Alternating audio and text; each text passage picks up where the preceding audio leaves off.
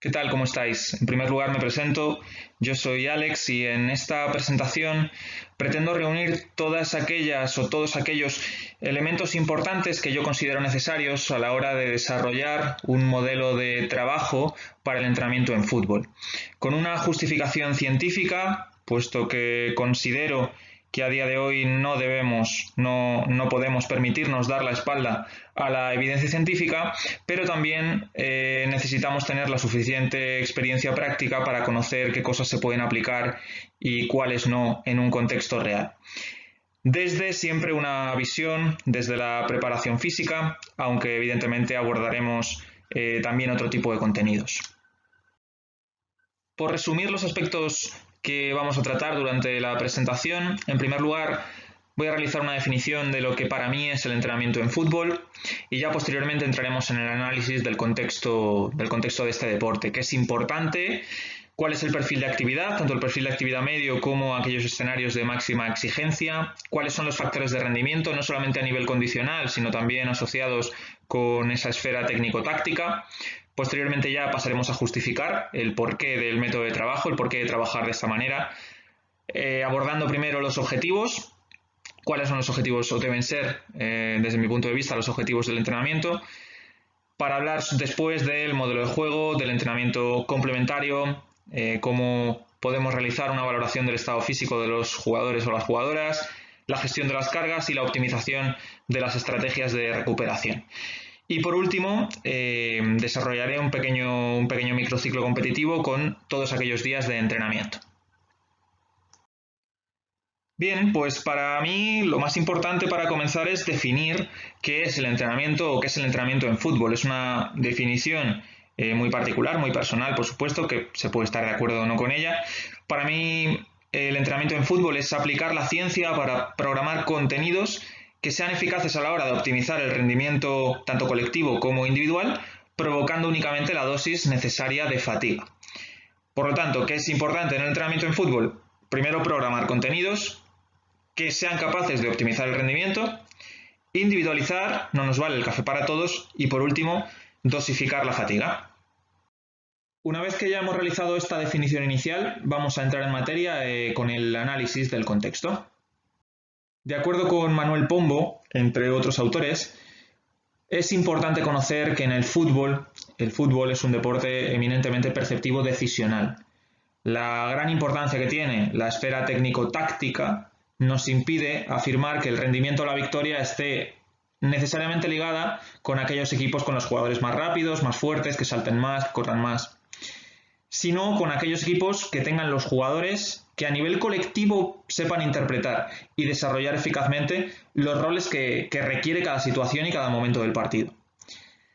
Sin embargo, sí que existe una relevancia de la condición física en el fútbol, o por lo menos así lo comprendo yo.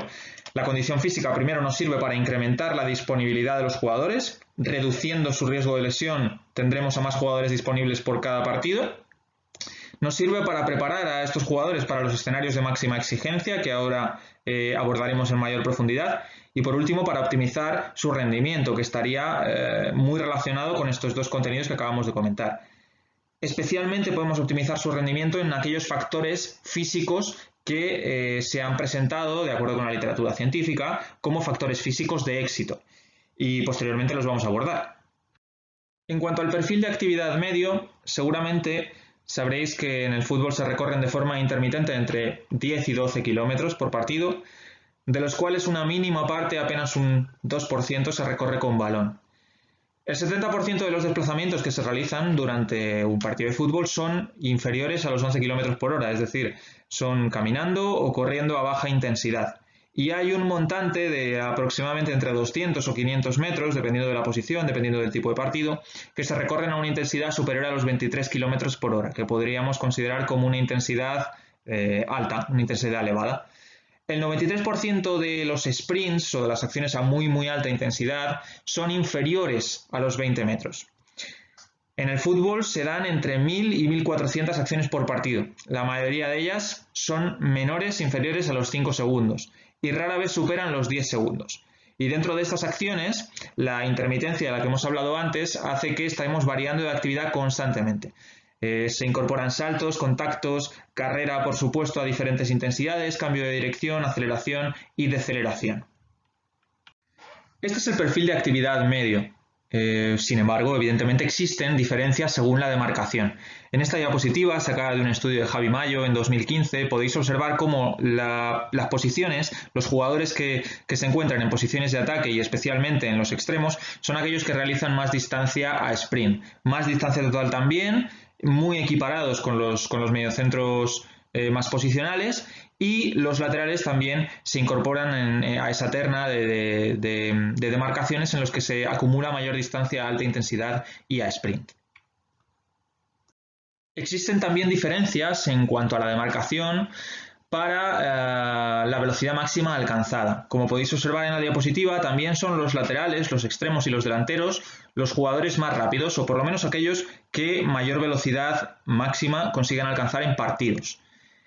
Y los jugadores más lentos, o aquellos que consiguen alcanzar menores velocidades, serían los mediocentros. En cuanto a las aceleraciones, los extremos también son los jugadores que mayor número de aceleraciones por encima de 2,5 metros por segundo al cuadrado, es decir, aceleraciones de alta intensidad, realizan. Muy cerca de ellos se encuentran tanto laterales como delanteros. Y si bajamos un poquito el umbral, ya nos ponemos en esos de 2 a 2,5, parece que los mediocentros se equiparan a la posición de extremo. Sin embargo, ni extremos ni mediocentros son los jugadores o la posición que mayor número de aceleraciones realiza, porque los centrales a alta intensidad no suelen realizar un gran número de aceleraciones, sin embargo a baja intensidad son los que más realizan, y en cómputo global son aquellos jugadores, esa posición, la de central, es la que mayor número de aceleraciones acumula. Y por último, en cuanto a la frecuencia cardíaca máxima, volvemos a lo mismo. Siguen siendo los extremos y los delanteros aquellos jugadores que mayor porcentaje del tiempo, más tiempo, están durante los partidos por encima del 95% de la frecuencia cardíaca máxima. Seguramente ligado a que son los jugadores que mayor número de actividad, de acciones a alta intensidad realizan, como hemos visto hace poco. Hasta ahora hemos estado hablando del perfil de actividad medio.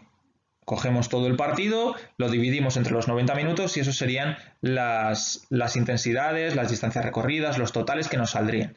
Sin embargo, en un partido de fútbol existen momentos muy poco exigentes y otros que son escenarios de máxima exigencia, que es lo que vamos a presentar ahora.